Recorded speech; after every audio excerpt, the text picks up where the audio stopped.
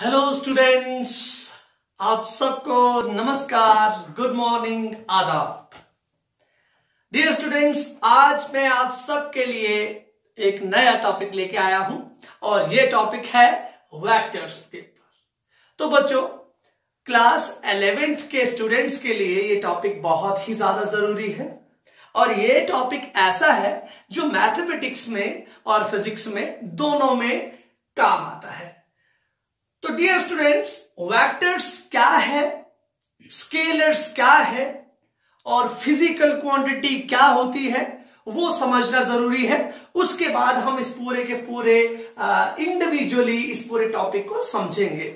तो देखिए बच्चों, वेक्टर्स को समझने के लिए सबसे पहले मैं यहां पर क्या दूंगा, यहां पर एक फिजिकल क्वांटिटी टर्म लिखूंगा कि फिजिकल क्वांटिटी क्या होता है। Physical quantity QTY। अब देखिए बच्चों, फिजिकल क्वांटिटी क्या चीज है। फिजिकल क्वांटिटी का मतलब यह होता है, हम जानते हैं कि फिजिक्स जो है, फिजिक्स एक साइंस है जो साइंस डील करती है स्टडी ऑफ मेजरमेंट। मतलब ये एक ऐसी साइंस है जो मेजरमेंट का काम करती है।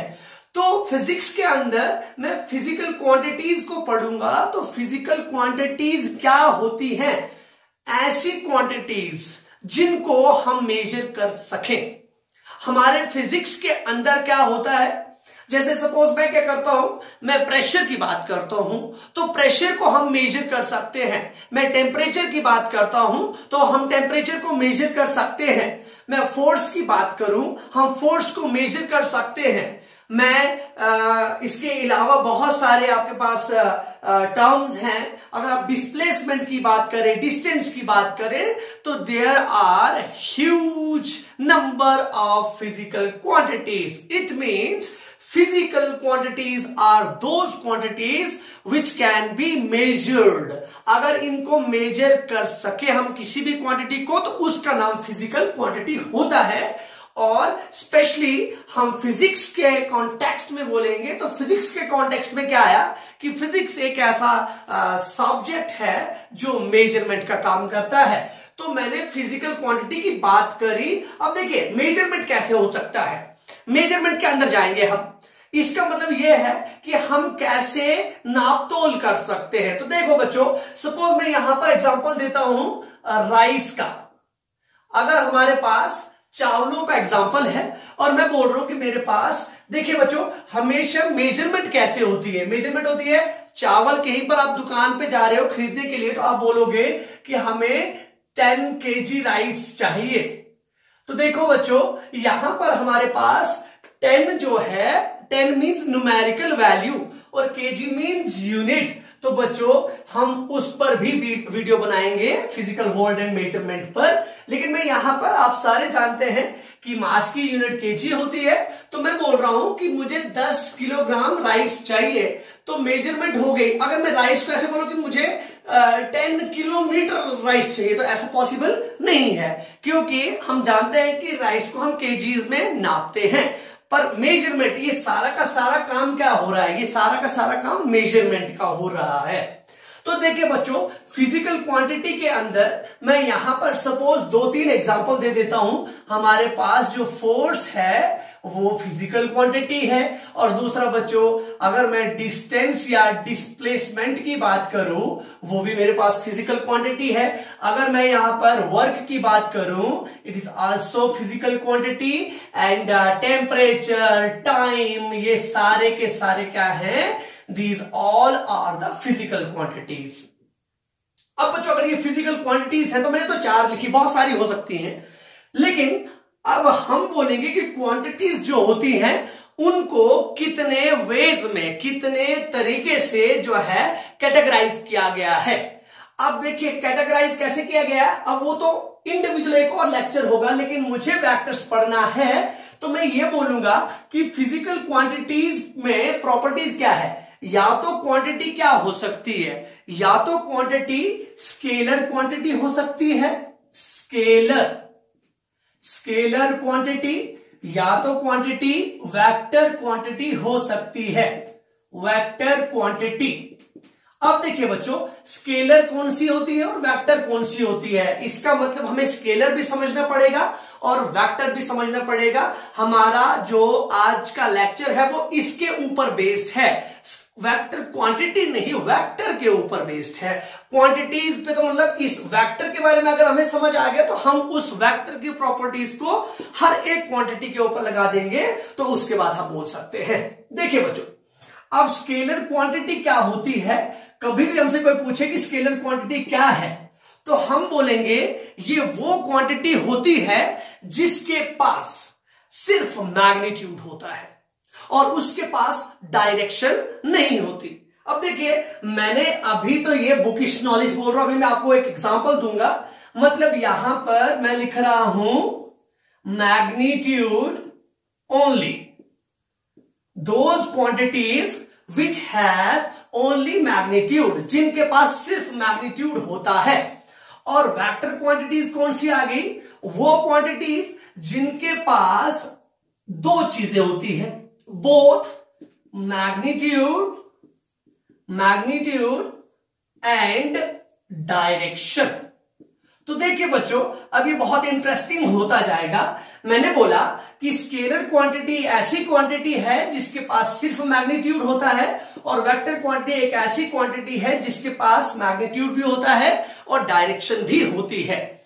तो इससे हमने एक बात सोची कि देखिए, मैग्नीट्यूड तो दोनों में कॉमन है, वेक्टर में भी और स्केलर में भी। एक एक्स्ट्रा चीज है जो वेक्टर में ज्यादा है, वो क्या है, वो है डायरेक्शन। तो अब मैं एक एग्जांपल दे रहा हूं यहां पर, उस एग्जांपल से आप अच्छे तरीके से समझ सकते हैं। देखिए बच्चों, मैं यहां पर क्या कर रहा हूं, मैं यहां पर दो लोकेशंस देता हूं, location number A and location number B. Suppose ये मेरे पास एक लोकेशन ए है और ये लोकेशन मेरे पास बी है, तो मैं इन दोनों लोकेशंस के नाम रखता हूं। सपोज मैं इस लोकेशन ए का नाम रखता हूं श्रीकोट और बी का नाम रखता हूं श्रीनगर।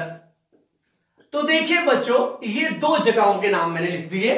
तो बच्चों, इन ए पोजीशन से बी लोकेशन तक क्या हो सकता है, रोड बना सकते हैं हम, टेढ़ा रोड बना दीजिए। ये मान के चलिए कि यहां से लेके यहां तक क्या क्या रास्ते हो सकते हैं। सपोज मैं एक रास्ता ये दे रहा हूं, ये रास्ता यहां पर पहुंच गया। मैं दूसरा रास्ता ये दे रहा हूं, यहां से ऐसे ऐसे ऐसे ऐसे ऐसे और यहां पर। और तीसरा रास्ता मैं ये दे रहा हूं, यहां से ऐसे घूम के चले गए और ऐसे फिर से घूम के ये वाले।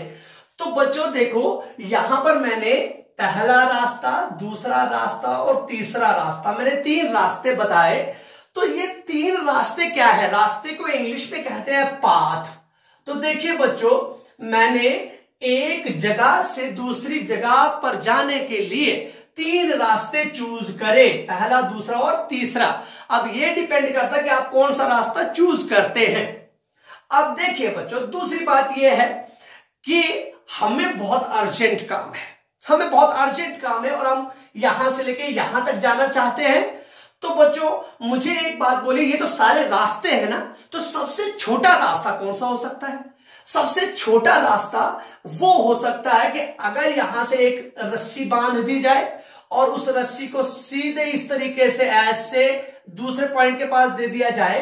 तो अब बच्चों, अब मुझे बोलो, सबसे नजदीक वाला रास्ता तो ये होगा, सिंपल सी बात। क्योंकि अगर इस रास्ते को थोड़ा सा भी टेढ़ा, इससे तो ये बड़ा ही होगा ना, इससे ये बड़ा ही होगा। तो सबसे छोटा रास्ता कौन सा होता है दो बॉडीज के बीच में, दो प्लेसेस के बीच में? सबसे छोटा रास्ता ये देखा मैंने, दो प्लेसेस के बीच में। तो देखिए बच्चों, अब छोटे रास्ते और इन टेढ़े मेढ़े रास्तों में कुछ फर्क दिख रहा है। ये जो टेढ़े मेढ़े रास्ते हैं, इनका नाम मैं क्या बोल दूंगा कि ये डिस्टेंसेस हैं। एक बंदा यहां से जाएगा यहां तक, तो बोले बच्चों क्या होगा, वो ऐसे जाएगा, अबे चले को तो चलेगा ना। तो इसका मतलब ये सारे के सारे दो लोकेशंस के बीच के डिस्टेंस आए। जैसे हम बोलते हैं यहां से ये रोड है और ये रोड 10 किलोमीटर है, ये दूसरा रोड है ये 9 किलोमीटर है, ये 6 किलोमीटर है। तो ये ओबियस है, ये सबसे कम होगा। सपोज मैं 3 किलोमीटर रखता हूं। ये डिपेंड करता है हम लोगों पर कि हम रास्ता कौन सा चुने। तो बच्चों हर एक जगह पर क्या आ रहा है 10, 9, 8, ये 10 numerical value, 6 numerical value, 6 numerical value, 3 numerical value. तो बोलिए बच्चों ये जो वैल्यू होती है ना न्यूमेरिकल वैल्यू, इस न्यूमेरिकल वैल्यू को बोला जाता है मैग्नीट्यूड। इस न्यूमेरिकल वैल्यू को क्या बोला जाएगा? मैग्नीट्यूड। अब ये तो मैंने डिस्टेंसेस की ये एक डिस्टेंसेस की एग्जांपल मैं आपको क्लियर करवा रहा हूं। Numerical value is called the magnitude. अब मैं क्या कर रहा हूं बच्चों, क्या इस रास्ते में कोई डायरेक्शन है? इस रास्ते में तो कुछ डायरेक्शन नहीं है, मतलब टेढ़ा मेढ़ा रास्ता, इसमें भी कोई डायरेक्शन नहीं है। अब आप बोलेंगे डायरेक्शन तो है।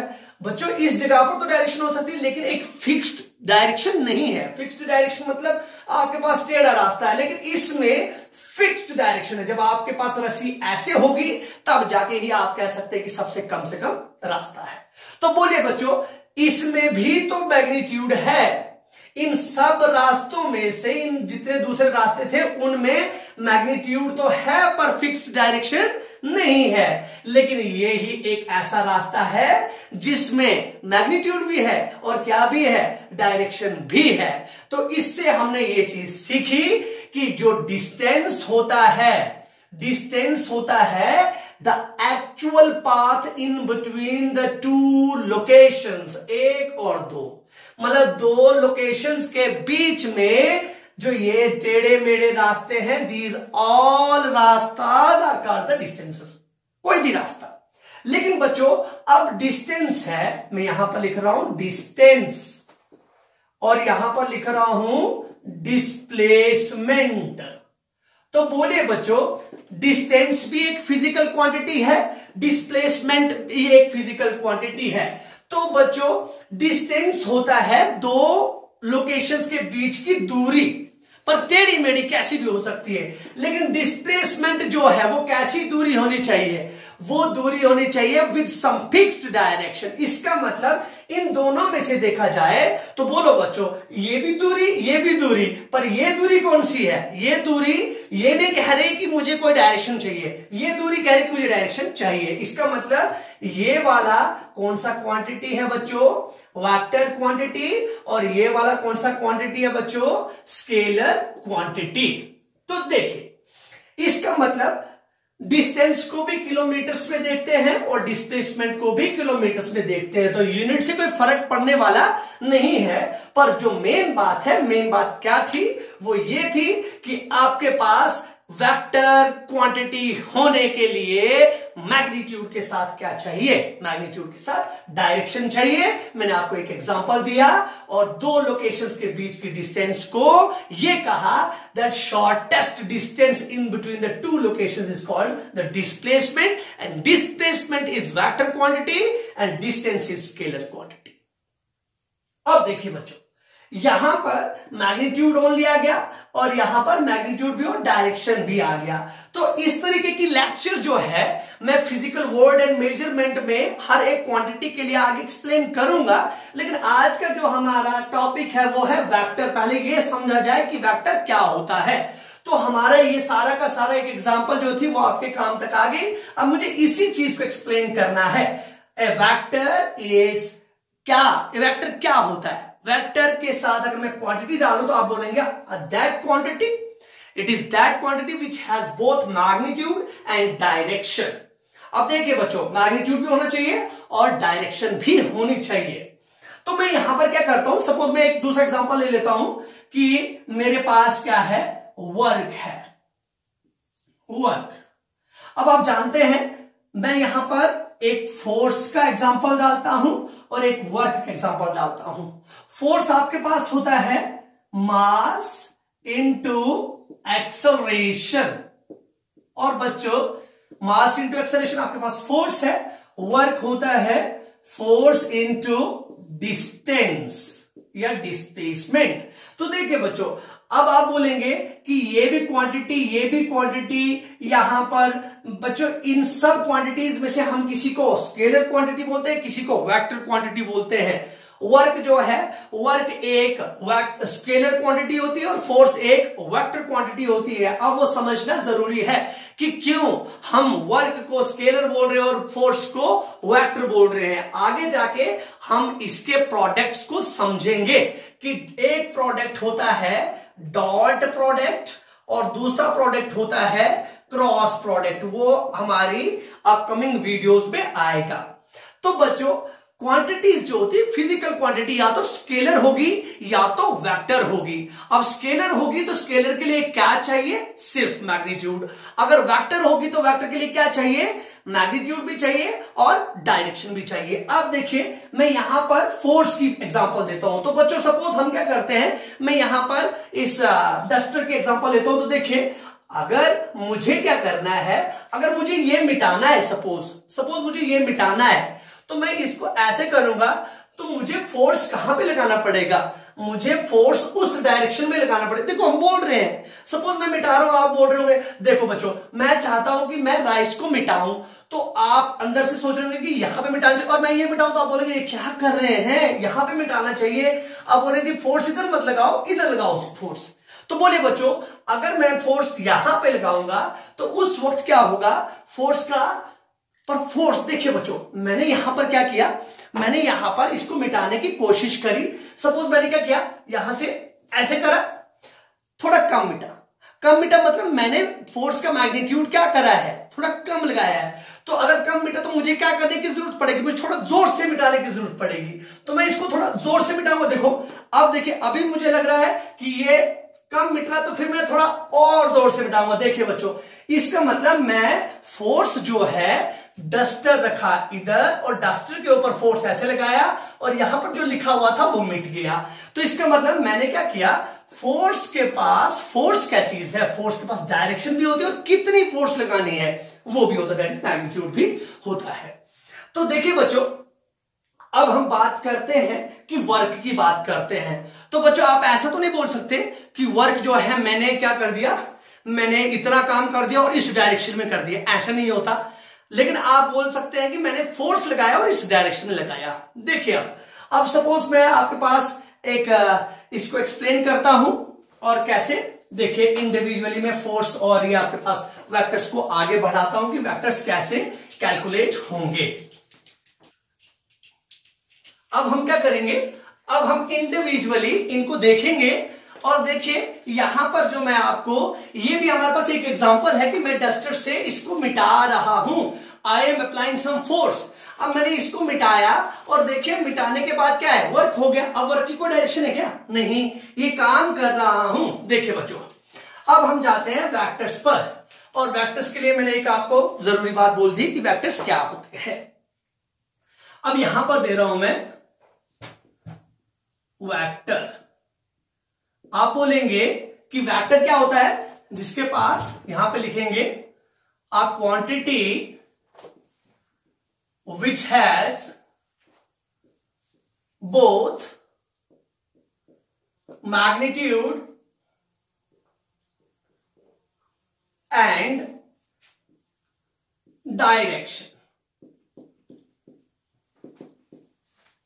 अब देखिए बच्चों, अब मैग्नीट्यूड और डायरेक्शन की अगर बात है, इसका मतलब हमें क्या करने की जरूरत है, पहले तो इसका रिप्रेजेंटेशन देखने की जरूरत है कि वेक्टर कैसा होता है।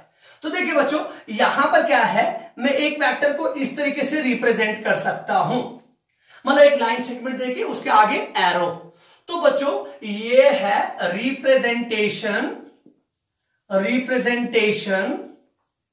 Of a vector.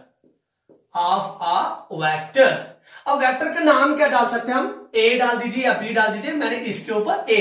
तो बच्चों अब देखिए ये तो एक वेक्टर की रिप्रेजेंट, एक सिंबल, देखो इसके ऊपर अगर हमें वेक्टर चढ़ाना पड़ता है और छोटा सा, मतलब जब भी हम एक लेटर के ऊपर क्या कर देंगे, एक छोटा सा एरो प्लेस कर देंगे, तो वो चीज क्या कहलाएगी, वेक्टर कहलाएगी। कभी भी ऐसे आप बोले कि ये वेक्टर है तो ये वेक्टर नहीं होता, ये ए बार होता है बच्चों। इसको हमें क्या करने की जरूरत पड़ती है, एक एरो लगाने की जरूरत पड़ती है। तो अब देखिए अब यहां पर मैं इन दोनों चीजों को एक्सप्लेन करूंगा कि मैग्नीट्यूड क्या है, मैग्नीट्यूड इस पे क्या है और डायरेक्शन इस पे क्या है। तो देखिए बच्चों सपोज मैं इसकी बात करता हूं, तो मैग्नीट्यूड सपोज इसका ये जो है, यहां पर मैं लेंथ की बात कर रहा हूं, मैं कह रहा हूं कि ये डिस्प्लेसमेंट है या लेंथ है। तो देखिए बच्चों अगर मैं इसको बोलता हूं कि ये 10 किलोमीटर है, तो बोलिए बच्चों इसका जो मैग्नीट्यूड हुआ वो कितना हुआ, इसका मैग्नीट्यूड हुआ 10। मतलब मैग्नीट्यूड का मतलब ये है कि ये जो आपके पास लंबाई है ना, ये जो लंबाई है ये दिखा रहा है उसका numerical value, that is called the magnitude. अब देखिए उसकी डायरेक्शन दिखा रहा है ये एरो, मींस एरो हमारे पास डायरेक्शन बताता है। अब मैं इसको थोड़ा सा और क्लियर कर देता हूं। सपोज यहां पर मैंने क्या कर दिया, अब 10 किलोमीटर के बदले अगर मैं 10 न्यूटन की बात करूं, 10 Newton means Newton is the SI unit of force. मतलब यहां पर अगर एक ब्लॉक रख रहा हूं, ब्लॉक मींस ये रख रहा हूं, अगर एक मार्कर रख रहा हूं, ये सॉरी आपके पास एक डस्टर रख रहा हूं, तो इसके ऊपर अगर फोर्स लगा रहा हूं तो देखिए मैं इस डायरेक्शन में फोर्स लगा रहा हूं, इस तरीके से। अगर इस डायरेक्शन में लगा रहा हूं तो ये एरो बता देता है कि इस बॉक्स के ऊपर फोर्स इस डायरेक्शन में लगा है और कितना लगा है, 10 न्यूटन का लगा है। सपोज देखिए बच्चों, अगर 10 न्यूटन का फोर्स इतना सा है तो 20 का कहां पर जाना चाहिए बच्चों, इसके हिसाब से 20 का अगर 10 के लिए हमने रिप्रेजेंटेशन इतनी सी रखी है तो 20 के लिए हमें रिप्रेजेंटेशन इसकी दुगनी करनी पड़ेगी, क्योंकि 10 के लिए अगर इतना रखा है तो 20 के लिए इतना करना पड़ेगा। ये तो हमारे ऊपर डिपेंड करता है। तो इसका मतलब ये 20, अब आपको पता है एरो तो वही डायरेक्शन दिखाएगा। अब बोलिए बच्चों, सपोज हम इसी जो हमारे पास डस्टर है इसको फोर्स इधर न लगा के ऊपर वाली साइड लगाए, ऐसे लगाए, तो क्या ये डायरेक्शन सुटेबल होगी? नहीं। हमें क्या करना पड़ेगा, इसको इस तरीके से डायरेक्शन दिखानी पड़ेगी। इसका मतलब आप वेक्टर्स को किसी भी डायरेक्शन में बता सकते हैं जिस डायरेक्शन में वो फिजिकल क्वांटिटी को देखा गया है। तो यहां पर हमने फोर्स को एक्सप्लेन कर रहे थे और कह रहे थे कि इतना ये सिंपल सी बात हमारे पास आ गई कि वेक्टर इस तरीके से देखा जाता है, और वेक्टर को रिप्रेजेंट करना हो, सपोज एक्स को रिप्रेजेंट करना, एक्स वेक्टर। अब देखिए बच्चों, ये तो था एक वेक्टर का नाम दे रहा हूं मैं, सिंपल दिस इज वेक्टर जी। चलो ये किसका वेक्टर रखा बच्चों मैंने, सपोज ये फोर्स का वेक्टर रखा तो इसके ऊपर लिख सकता हूं फोर्स वेक्टर। लेकिन अगर बच्चों, अगर मेरे पास कुछ इस तरीके से बोला गया हो कि यहां से एक पॉइंट ये और दूसरा पॉइंट ये दिया गया हो, और यहां पर ये बोला गया हो कि ये डायरेक्शन है। अब बोलिए बच्चों अब क्या होगा, अब ए बी मतलब 2 पॉइंट्स दे रहे हैं। अब इसके ऊपर कोई भी फिजिकल क्वांटिटी हो सकती है, पर कौन सी होनी चाहिए, वेक्टर क्वांटिटी। तो अब इसको कैसे रिप्रेजेंट कर सकते हैं, इसको हम रिप्रेजेंट कर सकते हैं ए बी वेक्टर। अगर आपने इसको बी ए वेक्टर की तरह रिप्रेजेंट करने की कोशिश कर दी तो वो क्या हो जाएगा, वो गलत माना जाएगा। क्यों माना जाएगा बच्चों, क्योंकि जब भी हम 2 पॉइंट से वेक्टर्स को रिप्रेजेंट करते हैं तो हमें क्या करने की जरूरत पड़ती है, हमें उसकी 2 चीजों के बारे में समझना पड़ता है। अब वो 2 चीजें क्या है वो मैं अभी आपको एक्सप्लेन करता हूं। एक चीज होती है पूंछ, पूंछ मींस टेल। तो बच्चों ये वेक्टर का टेल है, देखिए बच्चों ये वेक्टर का टेल है, मतलब यहां से वो क्वांटिटी स्टार्ट हुई और कहां जा रही है, ये एरो वो चीज बता रहा है, और ये टेल के बाद अब देखिए एरो को मैं बोल दूंगा हेड। तो बच्चों हेड एंड टेल मतलब एक जो वेक्टर होता है वो वेक्टर के पास 2 चीजें होती है, एक चीज होती है टेल और दूसरी चीज होती है हेड। टेल मीन्स जहां से स्टार्टिंग है और हेड मीन्स जहां पे पॉइंट आउट कर रही है, जहां पर वो चीज जा रही है। इसका मतलब इसको ए बी वेक्टर लिखेंगे ना कि बी ए वेक्टर, ध्यान दीजिएगा बच्चों। अब बोलिए, अब अगर मैं आपके लिए यहां पर एक बना दूं और ये बोलूं कि ये जो है ये x है और ये y है और इस तरीके से है, और मैं यहां पर एक्स वाई वेक्टर बोलूं या वाई एक्स वेक्टर बोलूं, तो मुझे कौन सा बोलना पड़ेगा, मैं एक्स वाई वेक्टर बोलूंगा, क्योंकि हमेशा वेक्टर कहां से कहां पॉइंट करता है, वेक्टर टेल टू हेड चलता है। अब देखिए बच्चों, ये तो था वेक्टर का रिप्रेजेंटेशन। अब बच्चों हम बात करेंगे कि वेक्टर के पास वेक्टर की टाइप्स क्या क्या होती हैं, वेक्टर कितने टाइप्स के होते हैं। तो देखिए बच्चों, वेक्टर की टाइप्स को समझना भी हमारे लिए आसान है। अब हम उसको कैसे समझेंगे, ध्यान दीजिएगा कि वेक्टर कितने टाइप्स का होता है। स्टार्टिंग में मैंने आपको वेक्टर का रिप्रेजेंटेशन बोल दिया। अब सबसे पहला क्या है, सबसे पहली चीज हम बोलेंगे कि हम 2 वेक्टर्स को इक्वल कैसे बोलते हैं। 2 वेक्टर्स को इक्वल कैसे बोलते हैं, एक वेक्टर का नेगेटिव वेक्टर कैसे होता है, 2 कंडीशंस, और उसके बाद हम बोलेंगे हमारे पास यूनिट वेक्टर क्या होता है, उसके बाद हम बोलेंगे हमारे पास नल वेक्टर क्या होता है। तो आज के लेक्चर में हम ये समझेंगे, उसके बाद हम फर्दर प्रोसीड करेंगे। तो ध्यान दीजिए बच्चों, अब मैं क्या कर रहा हूं, यहां पर थोड़ी सी 2 एग्जांपल्स दे रहा हूं। यहां पर क्या करा बच्चों, मैंने एक आपके पास बकेट रख दीजिए, बाल्टी रख दीजिए। तो यहां से सपोज मैं पानी को ड्रॉप करवा रहा हूं और यहां से मैं पानी को ड्रॉप करवा रहा हूं। तो बच्चों सपोज मैंने इसमें बोला कि इस साइड से जो पानी आ रहा है वो 8 लीटर्स पर सेकंड से आ रहा है इस टैप से, और यहां पर 9 लीटर्स पर सेकंड से आ रहा है। एक ये कॉन्सेप्ट डाल रहा हूं बच्चों, और दूसरा कॉन्सेप्ट यहां पर मैं डाल रहा हूं दूसरा, ये एक बोरा है, एक बोरी है, उसके अंदर क्या है, इस साइड से मैं हूं और इस साइड से कोई और है, और मैंने यहां से क्या डाला, मैंने यहां से राइस डाले शुरू कर दिए, राइस, और यहां से भी उन्होंने इस पे राइस डाले शुरू कर दिए, पर मैंने डाल दिए यहां पर मैंने 25 केजी राइस डाले और इन्होंने 30 केजी राइस डाले। तो बोलो बच्चों इन दोनों केसेस में क्या दिख रहा है? इन दोनों केसेस में यह दिख रहा है कि बच्चों 8 लीटर एक टैप ने दिया, 9 लीटर दूसरे टैप ने दिया, इसने 1 सेकंड में, इसने भी 1 सेकंड में। तो टोटल कितने लीटर आया पर सेकंड में? तो हम बोलेंगे 17 लीटर्स आ रहा है। देखिए 9 और 8 कितना हो गया, 17। तो हम बोलेंगे कि चाहे इस टैप नंबर 1 से आए या टैप नंबर 2 से आए, और भाई आ तो क्या रहा है, आ तो पानी रहा है ना, और जा किस में रहा है, सपोज बाल्टी में जा रहा है या टैंक में जा रहा है, that is not a issue. अब यहां पे आया, अब देखिए बच्चों यहां पे क्या है, राइस जो है, यहां पर राइस है 25 केजी मैंने डाला और 30 केजी किसी और ने डाला, तो ये हो गया 55 केजी। तो आप सोचेंगे ये तो हमें आता है। तो बच्चों यहां पर मेरा कहने का मतलब ये था कि यहां पर सिंपल एडिशन हो रही है, सिंपल एडिशन, कि हम जानते हैं पानी ही आ रहा है, तो वो पानी कहां पे जा रहा है, इसमें जा रहा है, ये कोई पर्टिकुलर डायरेक्शन वाली बात नहीं है। यहां पर चावल है, कोई पर्टिकुलर डायरेक्शन वाली बात नहीं है, चावलों का मास है, तो मास एक स्केलर क्वांटिटी। इसका मतलब यहां पर हमारे पास दोनों के दोनों केसेस में, चाहे वाटर की बात करी जाए या चाहे राइस की बात करी जाए, राइस का भी मास है और वाटर का भी मास है। अगर मास है तो मास कौन सी क्वांटिटी है, मास स्केलर क्वांटिटी है। अरे भाई अगर स्केलर क्वांटिटी है तो सिंपल एडिशन होगी, जो एज यूजुअल हमारे पास होती है। अब देखिए बच्चों, अगर ये कंडीशन आ गई तो हम बोलेंगे कि हमारे पास इसके बराबर है, कोई डायरेक्शन मैटर नहीं कर रही है। लेकिन बच्चों अगर मैं ये बोल दूं कि मैं यहां से लेके यहां तक कितना चला, सपोज मैं यहां से लेके यहां तक 9 किलोमीटर चला और यहां से लेके यहां तक मैं 8 किलोमीटर चला, तो बच्चों यहां से यहां तक कितना होगा? तो देखो बच्चों यहां पर कुछ अलग ही तरीका आ रहा है। अगर इसको प्लस करते हम तो 9 और 8 कितना होता बच्चों, 17 होता। लेकिन आप सोच रहे हैं कि इसको और इसको प्लस करके क्या है 17 आ गया, लेकिन इनका रिजल्टेंट, इसका मतलब इस वेक्टर का और इस वेक्टर का जब जोड़ होगा वो 17 नहीं आता। वो क्यों नहीं आता? क्योंकि मैं डिफरेंस दे रहा हूं।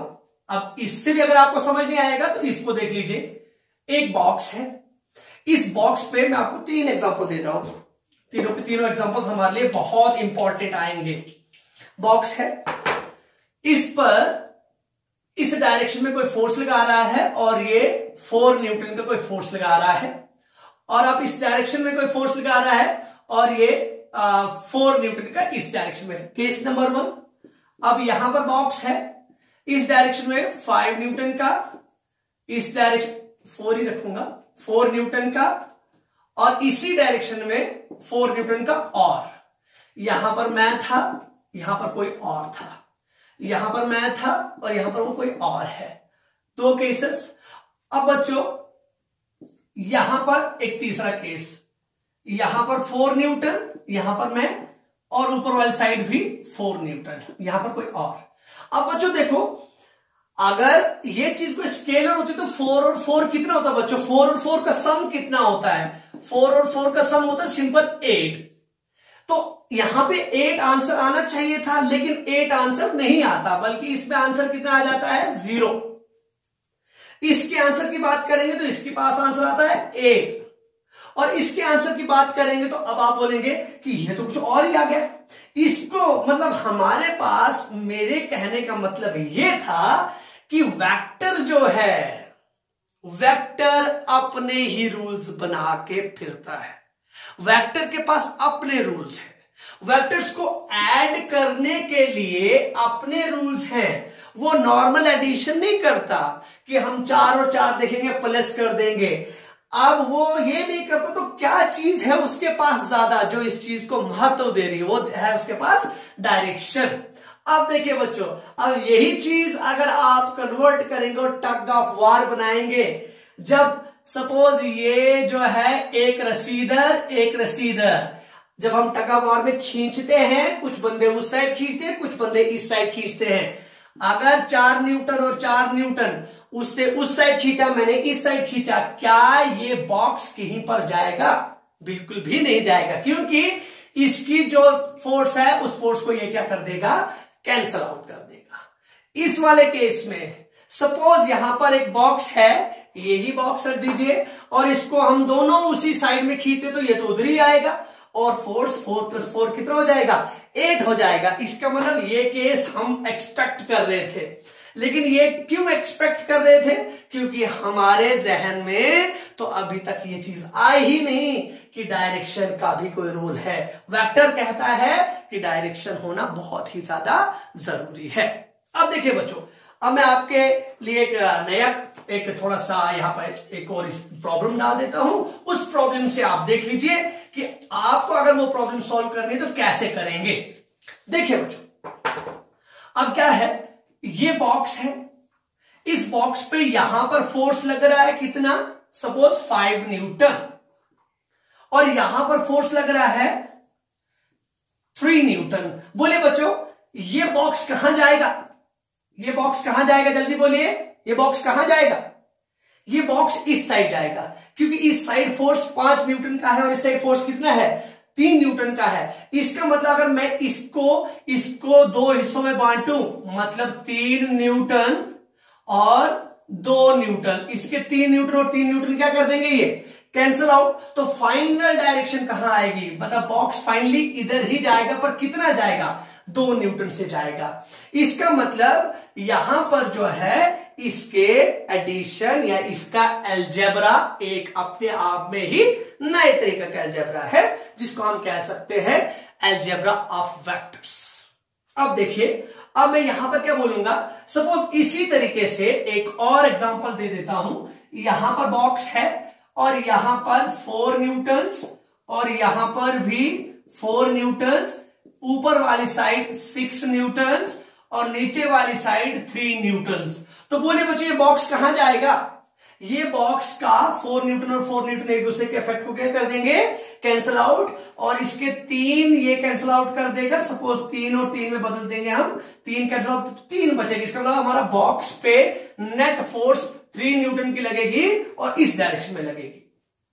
अब देखिए बच्चों, अब हम क्या करेंगे? अब हम थोड़ा सा और एक्सप्लेन करते हैं कि हमारे पास सबसे पहले तो हम बोलेंगे कि यूनिट वेक्टर क्या है, या इक्वल वेक्टर्स को समझाते हैं। सबसे पहले आपको समझाते हैं इक्वल वेक्टर्स क्या होता है।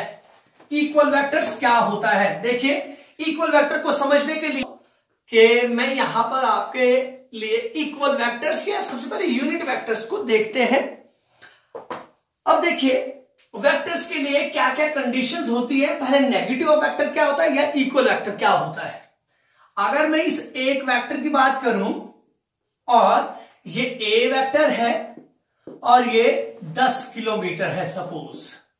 अब देखिए बच्चों, अगर मैं बी वेक्टर रख दूं और वो ये देखिए, अगर उसकी लंबाई भी उतनी ही रख दूं जितना ये वेक्टर था और उतना ही नीचे वाला वेक्टर भी रख दिया, इसका मतलब मैंने बी वेक्टर भी बराबर उतना ही रखा, 10 किलोमीटर। तो बोलिए बच्चों, क्या ए वेक्टर और बी वेक्टर में कोई फर्क पड़ा क्या? ए वेक्टर का मैग्नीट्यूड भी 10 है, बी वेक्टर का मैग्नीट्यूड भी 10 है, लेकिन जो मेन बात है वो ये है डायरेक्शन वाली। तो हम क्या बोलेंगे? दो वेक्टर्स कब आपस में इक्वल वेक्टर्स होते हैं? तो यस, ये दोनों के दोनों कौन से वेक्टर्स हैं? इक्वल वेक्टर्स हैं। क्यों है?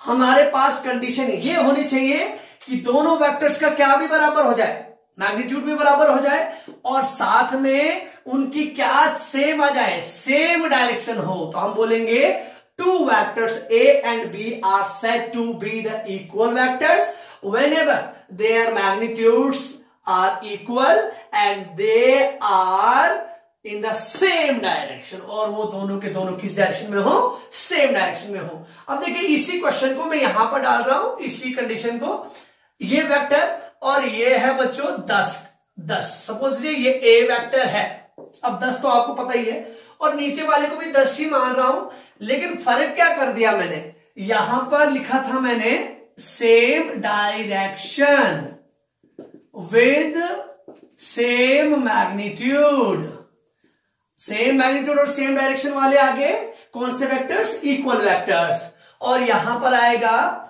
Opposite direction with same magnitude. तो वो कौन से वेक्टर्स होते हैं बच्चों, तो देखिए ए वेक्टर और बी वेक्टर। तो अगर कभी भी हमसे कोई पूछे कि क्या ये इक्वल वेक्टर्स हैं, तो आप ये बोलेंगे कि इक्वल वेक्टर्स तो ये हैं, डायरेक्शन सेम होनी चाहिए, इसमें डायरेक्शन डिफरेंट है, तो हम बोलेंगे B is the negative vector of ए।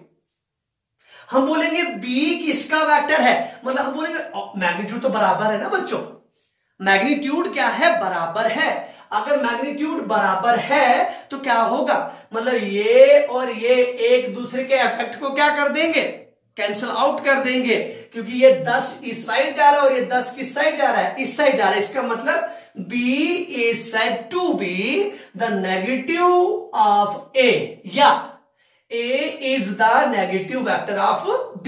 तो इसका मतलब इक्वल वेक्टर्स भी हो गए, और यहां पर मैंने दूसरी कंडीशन कौन सी बोल दी, नेगेटिव वेक्टर्स। नेगेटिव वेक्टर्स कौन से हो गए, एक नेगेटिव वेक्टर वो वेक्टर होता है जिसका मैग्नीट्यूड उस दूसरे वेक्टर के मैग्नीट्यूड के बराबर हो, लेकिन क्या चीज हो, उसका डायरेक्शन क्या हो, ऑपोजिट हो। वाई नेगेटिव, क्यों नेगेटिव, क्योंकि वो एक दूसरे के इफेक्ट को क्या कर देते हैं, कैंसिल आउट कर देते हैं। तो बोले बच्चों फिजिक्स में नेगेटिव साइन क्या इंडिकेट करवाता है, फिजिक्स में नेगेटिव साइन सिर्फ ऑपोजिट डायरेक्शन को इंडिकेट करवाता है। अब देखिए इक्वल वेक्टर्स हो गए, नेगेटिव ऑफ द वेक्टर्स हो गए। अब मैं यहां पर जो कंडीशन है वो अप्लाई करने वाला हूं यूनिट वेक्टर्स। किसकी कंडीशन बच्चों, यूनिट वेक्टर्स, ये बहुत ही इंपॉर्टेंट है, यूनिट वेक्टर्स। अब बोले बच्चों यूनिट वेक्टर क्या होता है, या यूनिट वेक्टर लिख दीजिए। यूनिट वेक्टर क्या होता है बच्चों कि अगर मैंने एक यहां पर सपोज एक वेक्टर डाला है और इस वेक्टर का सपोज मैंने यहां पर कितना डाल दिया, मैग्नीट्यूड 20 डाल दिया बच्चों। अब देखिए 20 न्यूटन डाल दिया, ये क्या, ये कौन सा वेक्टर है, अगर फोर्स का वेक्टर है तभी तो मैं 20 न्यूटन डाल रहा हूं। अब बोले बच्चों अगर ये फोर्स का वेक्टर 20 न्यूटन है तो मुझे एक चीज समझनी है कि अगर कोई बोले F अगर इसके बराबर, तो F/2 किसके बराबर हो जाएगा, बोलिए बच्चों F/2, 20/2 दैट इज 10। तो बोले बच्चों इसका मतलब अगर मुझे F/2 वेक्टर दिखाना है तो वो इसके एग्जैक्टली आधा हो जाएगा, मतलब ऑलमोस्ट इतना सा मान के चलता हूं, ये F/2 हो गया। अब बच्चों अगर कोई बोले F/3 निकालो, F/4 निकालो, F/5 निकालो, तो बच्चों आप वेक्टर्स को निकाल सकते हैं F/1, F/2, F/3, F/4 so on. लेकिन बच्चों अगर कोई बोले कि F/ पूरा वेक्टर का मैग्नीट्यूड निकालो, मतलब F/20 निकालो, मतलब F वेक्टर बाई 20 निकालो, तो बोलो बच्चों क्या होगा, हमारे पास हो जाएगा 20 ये है और 20 डिवाइड कर देंगे तो हमारे पास क्या आ जाएगा 1, हमारे पास आंसर आ जाएगा 1। तो इसका मतलब इसको छोटे छोटे 20 हिस्सों में 1 2 3 4 5 6 7 8 9 10 11 12 मतलब छोटे हिस्से 20 हिस्से, तो उसका एक हिस्सा, वो एक हिस्सा इतना सा हिस्सा, इसको क्या बोला जाएगा, इसको बोला जाएगा यूनिट वेक्टर ऑफ किसका, जो मैंने बनाया था। अब बोले बच्चों इसके बजाय अगर 100 न्यूटन का कोई वेक्टर होता, तो मतलब 100 न्यूटन का कोई फोर्स वेक्टर होता, यहां पर डायरेक्शन भी चाहिए, डायरेक्शन ईस्ट लिख दीजिएगा, ईस्ट। तो देखिए बच्चों, अब क्या है, 100 न्यूटन का अगर होता तो क्या लगता, यहां पर कितना करना पड़ता डिवाइड, यहां पर 100 से डिवाइड करना पड़ता, मतलब इसको 100 हिस्सों में करना पड़ता। और इतनी ही लाइन को 20 में रखा था, इतनी ही लाइन को कितने में रख दिया, 100 में रख दिया। तो जाहिर सी बात है, अगर इतना सा आया तो उसका यूनिट वेक्टर कितना हो जाएगा, बहुत छोटा हो जाएगा। और बहुत छोटा होगा, उसकी एक प्रॉपर्टी क्या है, तो हम क्या बोलेंगे, यूनिट वेक्टर किसका होता है, बोलिए बच्चों, यूनिट वेक्टर किसका होता है, यूनिट वेक्टर एक वेक्टर का होता है। यूनिट वेक्टर, अभी आपको समझ आ रहा होगा, यूनिट वेक्टर किसका होता है, यूनिट वेक्टर एक वेक्टर का होता है जिसका मैग्नीट्यूड कितना होता है, जिसका मैग्नीट्यूड 1 होता है। यूनिट वेक्टर का मैग्नीट्यूड हमेशा क्या होता है बच्चों, 1। और डायरेक्शन क्या होती है, डायरेक्शन क्या होती है, डायरेक्शन होती है जिस वेक्टर का हम यूनिट वेक्टर निकाल रहे होते हैं। तो बोलिए बच्चों, इसमें किसी वेक्टर का यूनिट वेक्टर निकाल रहे थे, एफ वेक्टर का, इसमें जो डायरेक्शन इसकी होगी वही इसके यूनिट वेक्टर की होगी। अगर सपोज मैं ऐसे करता हूं, ये कोई वेक्टर है और इसका यूनिट वेक्टर निकालना, तो उस यूनिट वेक्टर की डायरेक्शन कहां पे होगी, इसी डायरेक्शन में होगी। मुझे लगता है आपको समझ आ गया होगा। मीन्स मैग्नीट्यूड कितना होना चाहिए, हमेशा 1। और डायरेक्शन कौन सी होनी चाहिए, डायरेक्शन होनी चाहिए उसी वेक्टर की जिसका हम यूनिट वेक्टर निकाल रहे हैं। सपोज मेरा यूनिट वेक्टर किसी को निकालना है, ये एक एग्जांपल दे रहा हूं, तो उस यूनिट वेक्टर की डायरेक्शन किसकी होगी, जो मेरी डायरेक्शन होगी। तो देखिए बच्चों, यहां पर वही चीज है, पर सबसे इंपॉर्टेंट पॉइंट, सबसे इंपॉर्टेंट पॉइंट क्या है वो आप समझेंगे।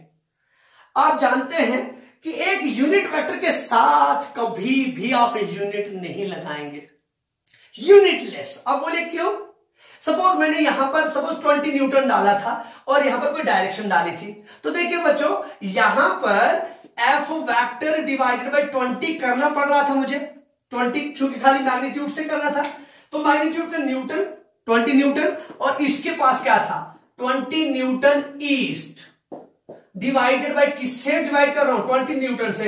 ये कैंसिल आउट हो जाएगा, क्या न्यूटन बचेगा, नहीं, हमारे पास बचेगा 1। और किस डायरेक्शन में, ईस्ट।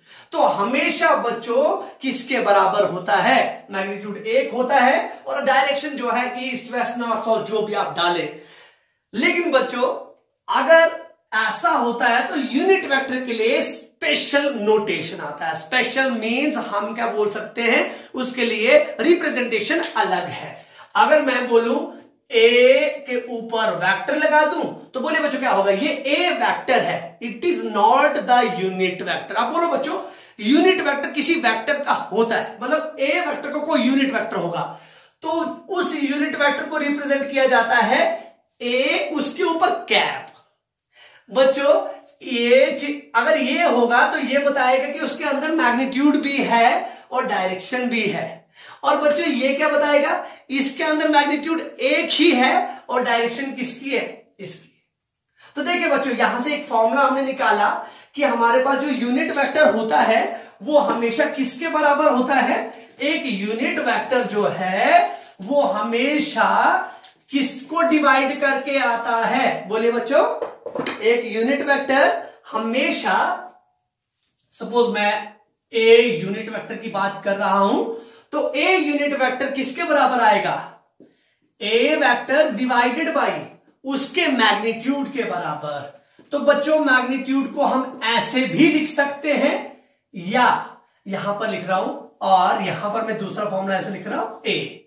तो बच्चों इसका और इसका मतलब एक ही है। तो देखिए A cap is the unit vector and it is the formula for calculating the unit vector here. तो बच्चों ये फॉर्मूले आपको आगे न्यूमेरिकल्स करने में काम आएंगे।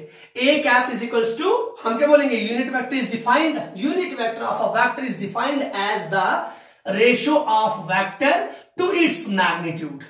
मेरा यूनिट वेक्टर क्या होगा, मेरा वेक्टर डिवाइडेड बाय मेरा मैग्नीट्यूड। तो देखिए बच्चों, अब यहां से एक और फॉर्मूला निकल जाता है, A vector is always equals to the product of its magnitude and its unit vector. अब देखिए यहां तक हमने पढ़ लिया। अब यूनिट वेक्टर भी हो गया बच्चों, तो अब हमारे पास होता है जीरो वेक्टर। जीरो वेक्टर या नल वेक्टर। अब बच्चों जीरो वेक्टर क्या चीज है, zero vector or null vector. बच्चों जीरो या नल का मतलब क्या है कि इसके पास कोई भी मैग्नीट्यूड नहीं होगा। अब आप बोलेंगे कि आपने तो डेफिनेशन में बोला कि मैग्नीट्यूड भी होना चाहिए और डायरेक्शन भी होनी चाहिए, और आप यहां पर बोलेंगे जीरो वेक्टर क्या है, इसके पास ना तो कोई मैग्नीट्यूड होना चाहिए और ना कोई डायरेक्शन। तो बच्चों ध्यान देना, ये वेक्टर जो है, ये वेक्टर सिर्फ एक्सप्लेनेशंस के काम आता है। अब वो कैसे आता है, मैंने अभी आपको एक एग्जांपल दिया था, वो दिया था कि अगर आपके पास एक बॉक्स है, उस पर 4 न्यूटन कोई इस डायरेक्शन में लगा रहा है और 4 न्यूटन कोई इस डायरेक्शन में लगा रहा है, तो बोले बच्चों आंसर कितना आ जाएगा? आंसर एक दूसरे को क्या कर देंगे, कैंसिल आउट कर देंगे। तो ये वाली कंडीशन क्या आ गई कि दो वेक्टर्स ने एक दूसरे के इफेक्ट को कैंसिल आउट करके इस बॉक्स को कहीं पर भी जाने नहीं दिया। अगर कहीं पर भी जाने नहीं दिया तो इसका मतलब फाइनल जो कंडीशन है वो किस कंडीशन से रिप्रेजेंट होगी? जीरो वेक्टर से। मतलब कोई भी नेट रिजल्टेंट किसके बराबर आ गया? जीरो के बराबर। तो देखिए बच्चों, आज की लेक्चर में हमने जो है ये बेसिक्स समझा वेक्टर का, और अब यहां पर क्या करेंगे हम, इसके बाद हम करेंगे कि हमारे पास वेक्टर्स को सम कैसे करते हैं। मैंने कहा कि हम सपोज ये तो आपके पास सामने है, लेकिन अगर ऐसा हो जाए एक बॉक्स है, एक इधर चला जाए और एक इधर एक जोर यहां पे लगा दे, फिर कितना आंसर आएगा? फिर कितना आंसर आएगा इस वेक्टर का और इस वेक्टर का? उसके लिए बच्चों लॉज होते हैं। अगर कभी भी आपसे कोई पूछे that how many laws are, कौन कौन से लॉज से वेक्टर एडिशन होता है, तो आप कहेंगे कि वेक्टर एडिशन को करने के लिए 2 लॉज होते हैं। पहला लॉ जो होता है that is triangular law of vector addition, और दूसरा लॉ जो होता है that is parallelogram law of vector addition. बच्चों मैं ये दोनों के दोनों लॉज आपको इंडिविजुअली सिखाऊंगा, इंडिविजुअल लेक्चर्स आएंगे। Triangular law of vector addition के लिए भी बोलूंगा और parallelogram law of vector addition के लिए भी कहूंगा। उसके बाद जो है, उसके बाद हम इसके ऊपर न्यूमेरिकल्स को सॉल्व करेंगे। एक्सपेक्टिंग दैट कि आपको ये सारा का सारा समझ आ रहा है। अगर समझ आ रहा है तो ज्यादा से ज्यादा शेयर करें, सब्सक्राइब करें और बेल आइकन को प्रेस करना ना भूलें, क्योंकि मेरी नेक्स्ट वीडियो की जो नोटिफिकेशन होगी ताकि वो आप तक बहुत जल्दी पहुंचे और आप उसको अच्छे तरीके से समझ पाएं और अपने फिजिक्स सब्जेक्ट को बहुत पुख्ता करें, बहुत मजबूत करें। Thank you so much.